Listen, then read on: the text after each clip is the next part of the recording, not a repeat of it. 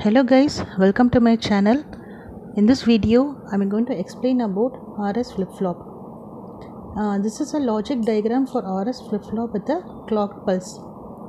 So here you can see that there is a clock pulse given in circuit with additional 2 NAND gates.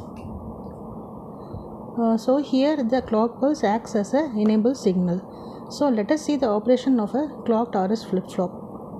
So when CP, that is clock pulse, which is equal to 0, or when there is no clock pulse given, there will not be any signal passing through the circuit. So there will be signal in the circuit only when CP is given as high.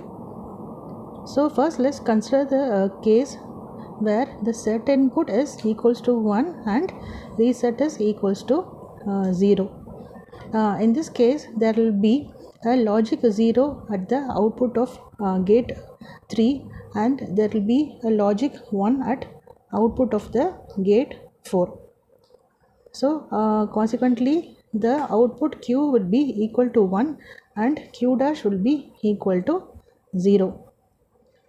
So here's a truth table where you can see the present state. Here is given as Q and the next state is given as Qt plus 1. So this truth table is considered when the clock pulse is given as high only.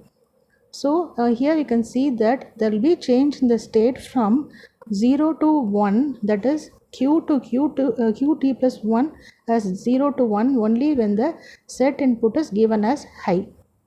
When both the clock pulse set and reset are equals to 1, it's a condition violation, that is there will not be any useful output. Similarly, we can consider the cases where the Q is given as logic high. There will be change in the state from 1 to 0 when the reset is given as high position. There will be change from 1 to 0. Similarly, when three other inputs are high, that is clock pulse, set and reset are high, the condition is indeterminate, that is the condition will not change and there will not be any useful output. So thank you, we'll meet in the next class.